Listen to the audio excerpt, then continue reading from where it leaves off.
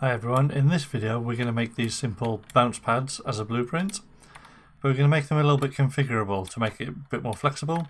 So notice this one here, if I run into it, it boosts me up in the air, but other than that I keep moving in the direction I was moving, right? Whereas this one here, no matter how I run into this one, it's always going to try and boost me up onto this gantry to be in front of this door. So let's test that by running into it from the opposite side. See, and in this case it boosts me backwards to still land in the same place. Now, I'm using this factory environment which you can download from Unreal Engine just to show you these in a more realistic level, but to do the tutorial we're going to start over in a brand new first person template and do it using just stuff that's built into the engine, so you don't need to download anything. Okay, so I'm going to go and start a new template. I'll see you in a second. Okay, so here we are in a brand new first person template. We need to make 3 materials, a particle system, and the actual blueprint itself. Not necessarily in that order. We'll start by making the blueprint. So a new blueprint class and make it an actor. Just so you can see how this is put together, then we'll do the materials and particle system. I'm going to call the blueprint BP_bouncepad and open that up. And because we're just using stuff that's built into the engine, we can use a couple of cylinders and that's it. So add component cylinder. The reason we want 2 cylinders is because we want the inside bit that glows and then this kind of outside metal bit that doesn't, just to make it look a little bit better. We don't need the cylinder to be that tall though, and we do need it to be a bit wider, so we're going to go with a scale of 2 for X and Y and 0.15 to make it a lot flatter. And what I'm going to do here is drag the new cylinder we've just made to make it the default scene route. Okay, then we're going to need another cylinder to be the sort of inside bit, so it needs to be a little less wide than this cylinder and a little bit taller so it sticks out. Now of course in a real game you might model something in Maya or ZBrush or something, but like I say, we're sticking to the content that we have built in, so we'll get another cylinder. Now, because I made the first cylinder the default scene route and this new cylinder has gone on as a child of the first one, it's basically the same size. Like if you look, the new cylinder has a scale of 1, 1, 1, which means basically the same as the thing you are nested under. Let's move that back down, and we'll change this to be a little bit less big in X and Y, so we'll have 0.9X, 0.9Y. A little bit taller, so let's make that maybe 1.1 in Z. Now because they're both using the same material, it's hard to even see what we've done here, so I'm going to take our new cylinder, cylinder 1, and change its material to be anything in here that will stand a basic asset 1C. So we've got a cylinder sort of inside another one. Now the other components we'll add, click on the top cylinder again and go add component particle system. We don't have the particle system made yet, so we can't see anything happening, but we'll come back to that. And we may as well add the collision sphere while we're here as well. So again, click on the top cylinder, add component, sphere collision. And we'll need to make this a little bit bigger. And I'm going to make that have a sphere radius of, say, 350. You can put this to whatever you want. So the idea is when the player walks into that collision sphere, we do the bounce pad effect. Okay, so that's all the components. Let's go over and set up our 3 materials that we need. Basically, we need a material for this inside bit, a material for the outside bit, and a material for the particles to use. First off, right click, new material. We'll make the glowing inside bit. Call that M_bounce pad. And what this is going to do is sort of oscillate between 2 colours. Red and green were the two that are, yellow and... not red and green at all. Yellow and blue were the 2 that I was using, so I'm going to do that here. Let's add just a colour, which you would do by holding 3 on the keyboard and clicking, and it gives you a 3 component vector, such you could use for RGB values. Let's change that one to be our yellow, so 1 in red, 1 in green to give us a yellow. Then click back in here, hold 3, click again to get another 3 component vector and make this one the blue. So leave R and G alone and just change B to 1. There we go. And what we're going to do is, like say, have like an oscillating blend between these two using something called linear interpolation. The shortcut for linear interpolate, or lerp, is just hold L and click. There we go, lerp. Lerp, if you've not used it before, has 3 inputs. You have A and B, and then alpha tells it how to blend between A and B. So at the moment, if we wire, let's wire the output from lerp straight into emissive color. So emissive color is what color is this thing glowing? What color light is it emitting? It's some blend of 50-50 these two colors. If we change the alpha by selecting lerp, change alpha to 0, we should get only input A, so it's just glowing whatever color input A is. If we change alpha to 1, it will be just input B. Yeah, and then 0.5 is an equal blend of them, 0.25 is more yellow than blue, and so on. So any value between 0 and 1 will blend these two together. Now we want this to change over time, so we don't want to put just a static number into alpha like I have been doing. We will put something in that can vary it. So add a time node. Then we want to run the time node into a sine node for sine wave. Now what the sine node does, it's going to be varying between, the output from this is going to be moving between -1 and +1 in that kind of sine wave pattern. No, that's not what we want. We want it moving between 0 and 1, not -1 and +1. So what we can do is take the output of sine, do an add, and add 1 onto it. So we've kind of shifted that range now. So instead of being -1 to +1, it's 0 to 2. Then what we can do there is add a divide. So we did have the range 0 to 2. By dividing it by 2, we've now got the range 0 to 1, which is what we want. We can see here our colour happily oscillating away between well, these two colours. We apply that and go and just put this material on our bounce pad. There is something else we need to do in here, but let's just go and apply it first. So we select that middle cylinder, change that to m_bounce pad. There it is. It doesn't look like it's glowing very strongly, and this is the thing I want to add. It looks like it's painted this colour, and the paint is just changing between yellow and blue. To fix that, let's go back into here, add a multiply, so M for multiply, click.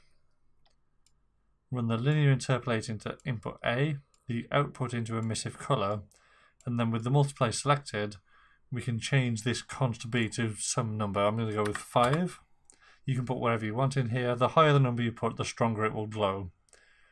So now if I hit apply and go back and look at it, when it's finished sorting the material, see it's got a bit of a stronger glow to it now. You can see, in fact, you can see that you can see the light kind of emitting from it as this kind of haze around the outside. And as I say, the more you turn up that multiplier, so if we just double it to 10, that effect's just going to get stronger. Okay, that material we will leave. That's basically done. See, now it's got a nice strong glow to it. Might be a bit too overpowering actually. The material for the particles, those rings that you saw coming up in the example at the start, is basically a copy of the material we've just done with a few extra bits in. So what we'll do is right click on that material, hit go duplicate and call this new one m_bounce particles. All we need to do here, because if you think about it, if you think what was happening at the start of the video, we had these like rings coming up from the platform. We need a texture which will confine this glowing colour to be just a ring, and we need to take into account transparency to do that and particle transparency. To start off, let's change the preview, so instead of being a sphere, it's on a plane. There we go, so the ring effect will show up better like this. And then what we want to do is add a texture. So to do that, you can hold T for texture and click. And the texture that we want to put in here is going to be one that's built into the engine. So what you're going to have to do here is click on this view options and have show engine content ticked if you don't have it already. It's not ticked by default, but I already got this on. And the text that we want to use is called something like virtual joystick thumb. And if you look, it's basically just like a ring texture like that. So that's what we want. And because we're going to use this for particles, and we want to take into account the transparency of the particles, we want to right click and add a particle color node as well. Then what we can do here is take the transparency of our particles and multiply them by the transparency channel of this image as well.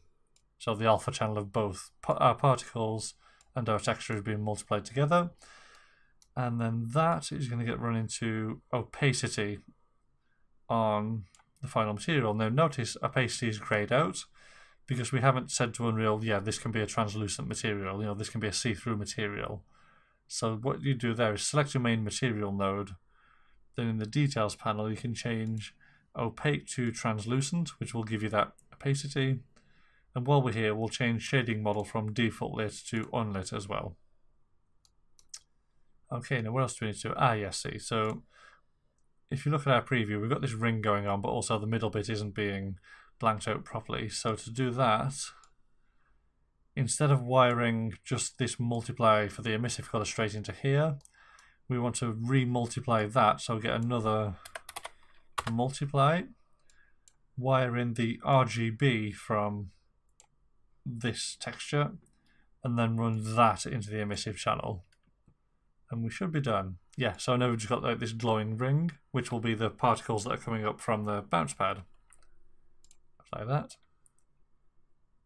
Then the last one, very simple material, just a metallic, you know, a shiny metal to go around the outside of it. You can leave this just as it is if you want. I'm going to put a shiny metal on there. We do that by going new material, call it m_, you can call it wherever you want. I'm going to go bounce_outer, or just bounce outer. Open that, and this time we'll just go 3, click again to get a color, wire that into base color this time, so that's just what color is this thing painted rather than what color is it emitting light. We can set the RGBs all to close to white but not exactly white, like 0.8, 0.8, 0.8 maybe, to get like a very light grey. And then all we need to do now is change metallic, specular and roughness to get this to be shiny. So we'll hold 1 and click to get a single scalar value. Change that to something high like 0.9, and then that goes into metallic and specular, and then we just need roughness to be 0. Again, hold 1 and click, and we get a scalar which is by default 0, which is handy. Shove that into roughness, and we're done. We've got a nice shiny chrome-like metal. Just hit apply. And then let's go and apply this to our blueprint. Back in bounce pad, select the outer cylinder, change its material to be m_bounce outer, and we're done. Now then, the particles. All there's left to do is the particles and then making it actually work as a bounce pad, neither of which is that complicated really. Let's start a new particle system, right click in the content browser, particle system, p_bounce particles. Yeah, I know the word particles is a bit redundant, so I've already called it p_ something, but yeah, never mind. So we open this. By default, we've just got the default image going on. Let's change it to use our bounce particles material that we've just set up by going to required and changing material from default particle to m_bounce. If you already had a material still highlighted in the content browser, it will have used that instead of the default material, just in case that's happened and you're wondering why. We can use bounce particles, and for whatever reason I can't see anything. This sometimes happens where you need to fiddle around with the camera a bit to even see. There we are. Fiddling the camera a bit, we can see our material is being put on as the particles, but not quite right. Maybe the camera was in the right place and I was just being impatient. If you don't see anything, just wait a few seconds and see if it sorts itself out. Now, I'll tell you what, let's go and add these particles to the bounce pad and just see what we've got at the moment. So in the bounce pad, particle system, set the particle template to what we've just made, p bounce particles. See, we've got this happening at the moment, so they're in the wrong orientation and they're not big enough. We can fix that though, back in the particle system. Let's sort it out so that they're kind of lying flat, first of all. You do that by right-clicking on your emitter and adding a, orientation lock axis. Then in that lock axis row, you can say lock to the Z direction only. And then we should have Unreal, yes, no. Okay. Hang on, if you can't find where the emitter is, just put your particle system bounds on, and that can help you to sort of orient yourself. There we are. So what the bounds is, you get a bounding box and a bounding sphere around your emitter, and as I say, if you've got the camera in some weird orientation like this, you can just use that to kind of get your bearings and go, okay, there we are. Right, so now they're shooting up. They're still not quite right, because they're not going to be the right size. Let's just turn bounds off. We don't need to add any more rows, we just need to modify the ones that are here already. Colour over life we can leave. Now notice how they're kind of fading out towards the end of their life, and that's why we needed to add that particle colour node to the material and then multiply our opacity by that. Otherwise they'd just be like staying fully opaque and then vanishing. Fully opaque and then vanishing rather than going transparent. Colour over life we can leave as well because our material is sorting that out. Initial velocity. They're moving a bit quick, I guess. Again, you can set this to wherever you want. You don't have to use the exact same values as me. In fact, 10 minus 10 is fine. What I would say is change minimum Z to also be 100. So what you've got now is, for the X velocity, they're getting a random value between 10 and minus 10. For Y velocity, the same, 10 minus 10. But for Z, so the upwards direction, it's picking a number between 100 and 100. So in other words, they're all going to be moving at 100, so going up at the same speed. For initial size, we want that to fit our cylinder, which is going to be 80. That inside cylinder is 80 across. So what we can do here is just change the X and Y sizes to all be 80. Z size doesn't matter. Now, what's next? Lifetime. I think they're lasting a bit too long, so I'm going to drop this down to... It's on 1 at the moment. Let's make it 0.5, again for min and max, so that they all last for the same amount of time. And then maybe that's just a bit too much of them. So in spawn, I'm going to change the rate down to 5. Okay, maybe I want a few more than that. 10. Yeah, that looks okay. So save that, and let's just go and see how this actually looks in the blueprint. Yep, that looks fine. That's our bounce pad. How does it look in the level? Where are you? There. That looks good. It's not working as a bounce pad yet because we haven't done the actual blueprint to get that to work. But that's really not that complicated, so it's looking okay. To get it to actually work then, back in the blueprint, we've got our collision sphere already. Go over to the event graph, delete everything that's there already, and all we really need to say is, when something touches this collision sphere, check was it the player character. If it was, and then boost them up in the air. We select our collision sphere, scroll down in this details panel, and in your events, the second one down should be on component begin overlap. Hit the plus next to that. So you're saying, when something overlaps that collision sphere, we want to do what exactly? Well, first of all, we want to check, was the thing that hit the collision sphere actually the player character? Information about what it was that hit the collision sphere, that overlapped it, comes out of this other actor pin. Other actor is the other actor that was involved in the collision. Drag away from there, and in the autocomplete, put 2 equal signs. That will give you an equal object node. What that does is take 2 inputs and returns true or false. Are they the same object? For our second object, drag back from that input pin and do a get player character.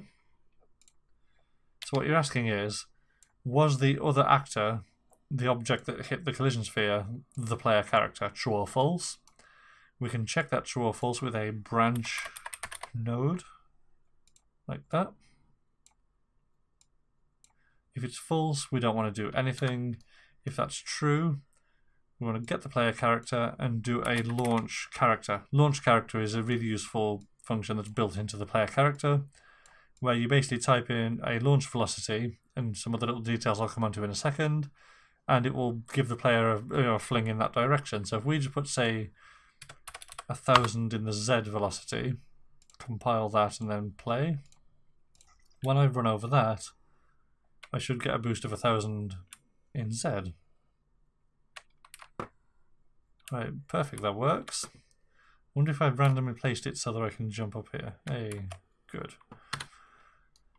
No, the bounce pads I showed you at the start were a little bit more flexible than that because I could control where it was sending me. So how do we do that? Well, with some variables. Back in the blueprint, the problem we've got at the moment is no matter how many of these we add to the level, say if we just copy this one, they're all kind of hard-coded in the blueprint to always fling the player with 1000 in Z and nowhere in X and Y, and we can't change it. To make it so we can change it on a pad-by-pad basis, we want to drag back from our launch velocity pin to a promote to variable, which will create a new variable, and you'll be renaming it. And we can call that something like, you know, bounce direction, bounce strength, whatever you want. I'm going to go with bounce direction. And let's open this little eye icon next to that, compile, and what that means is that bounce direction can now be set per bounce pad. Where is that? In the details panel. Sorry, I was in world settings then. So see, bounce direction on this one, we can leave that on X0, Y0, Z1000. This other one over here, we can change to whatever we want. So let's have, let's make it fling us up, but also this way. So nowhere in the X direction. Then for the Y direction, let's also put 1000 in there and test that out. So this one still works exactly like it used to. This one should fling us across this way as well. Okay. Now the last thing, those other settings, these overrides, and this is how I got it so that second bounce pad I showed you at the start always flung us up onto that gantry in front of the door. If you have these ticked, it will completely replace the player's velocity with whatever we set in this variable. So even if the player was running forwards, if we said, no, this bounce pad flings you off to the side, you will get flung off to the side with none of that forward momentum that you had. Now that we also want in a variable, so let's drag from XY override, promote to variable, name the new variable something like override question mark, and also wire that into this one. And then finally just open the eye icon next to this, and then we'll play around with that setting and see what it does. So the bounce pad that we put in the first place, the one that just flings you 1000 up in the air, at the moment I'm keeping my forward momentum as I run into it. See? Whereas if we went and ticked, so select it, and then tick that override, our velocity is going to be replaced entirely with what the bounce direction is, so nowhere in X and Y and just 1000 in Z. So now when I run into this, see, I'm not moving forwards, I'm just bouncing up. And you are moving slightly forwards because you can move while you're in the air to get off the bounce pad. Right, so that's the difference. And then this one should now fling us just straight across the map like that. Okay. Oh yeah, we haven't ticked it for that one, have we? So notice with that, this one, as I run into this, it's flinging us down there and up, but also forwards because I'm running forwards. If we change that to have its override ticked, we again would lose that forward momentum, so it would just fling me sideways and up. See? And the way how I did it in that factory level at the start was I just through trial and error worked out what settings do I need to type in so that you'll always land in that same place. I don't think there's anything else I need to go into here. That's basically how these bounce pads work. Nice little particle effect going. Hope you found that useful, and I'll see you guys next time.